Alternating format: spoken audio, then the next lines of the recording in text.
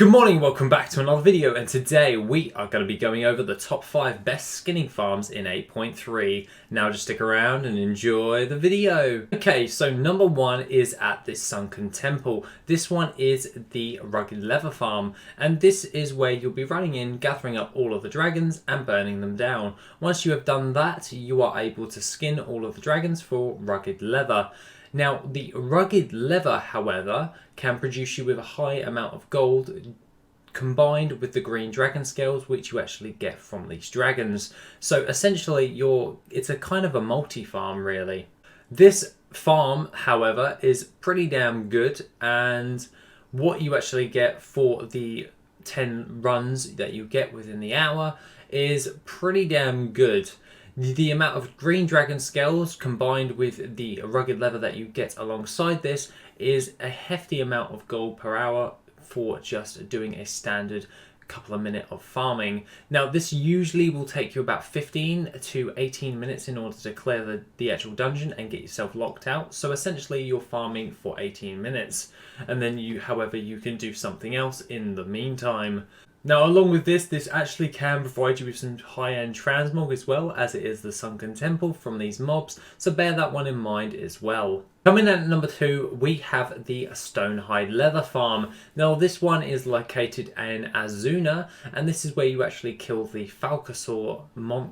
actual Falcosaur mobs from the old school world quest from Legion. These mobs, however, come in huge packs, and you are never really going to run out of these mobs, as this used to be a world questing zone, so the mobs will spawn relatively fast, and when you've done one complete circuit of the area, you will see all the packs have respawned. This means that you're constantly going to be killing mobs and skinning them. I would highly recommend using the potion of the Dark Moon Firewater to keep up with this, as killing the mobs is relatively simple, so then all you have to do to increase your gold per hour is by using an increase in your skinning ability. Dark Moon Firewater pretty much makes it under a second to skin one mob, and therefore you will get more gold per hour. Now, the STONEHIDE Leather, however, just make sure that you are able to skin it at its most effectiveness, so make sure that you have your ranks in it. Aside from that, it actually produces you with a strong gold per hour overall. This means that this farm is relatively great in order to do, as not many people actually farm this particular zone. Now, you do get a random person doing the world quests even still, I don't know why, but other than that, you're not going to be really faced with that much competition when actually doing this particular farm. I do find that, however, this farm is absolutely amazing and immaculate when you're actually doing the farm in conjunction with your coarse leather farming, and you also get some wildfowl eggs as well, which you can sell on the auction house. Now, these don't sell for an awful lot, but it's just a nice little extra uptick when you're actually doing this farm. The farm is relatively simple in order to do, as you're pretty much located in a particular very small area of the zone, and you're not really running around all that much. You're just going from one pack to the next pack to the next pack and destroying those. Make sure to kill the matriarchs, however, as they do aggro all of the other little ones around them, which is easier for you to gather up all of the mobs and therefore be able to take them out even faster. That being the case, that is STONEHIDE Leather at number 2. Coming in at number 3, we have the Raw Beast Hide, and this one is located in Nagrand in WoD.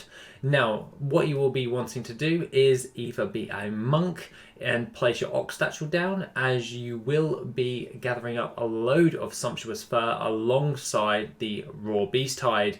Now, this means that the gold per hour for this is going to be a lot more, as you'll be getting sumptuous fur as well. Much like the other one, I would recommend pairing it with the Dark Moon Firewater for increased skinning, as these mobs are an instant respawn farm, so the more you can kill, the more they'll respawn and the more gold per hour you will get. Now, sumptuous fur and the raw beast hide sell relatively fast even today, as they are used to create some drums of war, which these drums are still used, and also the sumptuous fur is used in order to create the goblin gliders, which are still in use as well. This can be actually paired with actually doing this farm and then crafting them into their respective things and then selling those on the auction house. If you don't have those extra recipes, then don't worry about it, just sell those flat on the auction house, and then you can see the gold on return on your investment. This is also located in the Worth It add-on under skinning, and the location is produced for you, so you don't have to worry about looking it up on a guide. So other than that, guys, let's move into number 4. Now coming in number 4 is the Dredged Leather Farm, and this one is located in Oldham. Yes, I know that there is one in Vale of Eternal Blossoms, but that one is highly contested even today. This means that the Oldham one, which is rarely used and produces you with roughly the same amount of gold per hour for this particular farm, is relatively great for in order for you to do. This one is located just underneath the halls of origination, and you will be killing the packs of hyenas. Make sure that you are able to gather up all of the mobs in relatively easily, as they do come in some small packs and then you get a couple of strays. So make sure to either use a move like Soothe or use your Warglaives to tag the mobs and burn them down. The only thing that I would recommend when doing this farm is making sure that you are adequately geared in order to take these out in a relatively fast manner. This means that a higher item level, or just mainly if you are able to DPS them down pretty damn fast, it means that you'll be able to kill more per hour and therefore increase your gold per hour. This also produces you with a lot of dredged leather within the hour, and also produces you with a lot of bloodstained bones. I recently covered this farm for 3 hours of farming that I did for this. It turned out to be a great gold per hour farm overall. I relatively enjoyed this farm as well, as it was non-contested for the entire farming duration. That means for me it was a brilliant farm in order to do, as it's current content items and they do sell relatively fast. Aside from that, let's move on to number 5. Coming in at number 5 is the Exotic Leather Farm. Now the Exotic Leather Farm is a pretty good farm in order to do. It's pretty damn good.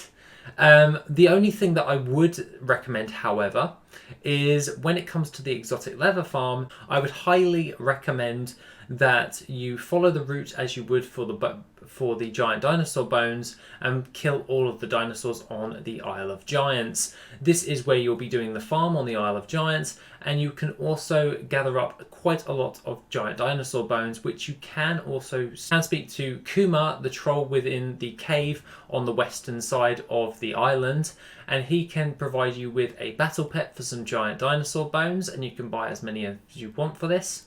Alongside this, with those giant dinosaur bones, you can also sell those on the auction house, or gather up 9,999 of those and sell it as a COD in the mail through trade chat, and give someone the white primal raptor mount. This also increases the gold per hour for this farm, as you'll be getting these as and when you're killing these dinosaurs for the exotic leather.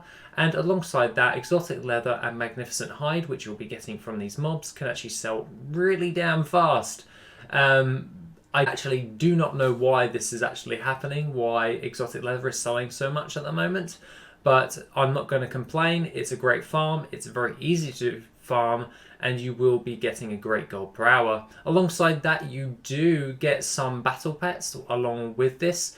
Now, I wouldn't necessarily say that they're overly worth all that much. They are used in pet battles, but at the end of the day, they're just going to be an extra couple of 100 gold if you get them. Aside from that, that is pretty much all I have to say for the 5 best skinning farms of 8.3. I hope you like this video, guys, and other than that, guys, have a wonderful rest of the day, and I shall see you on the next video, which will be tomorrow. Have an awesome day, guys, and I shall see you soon.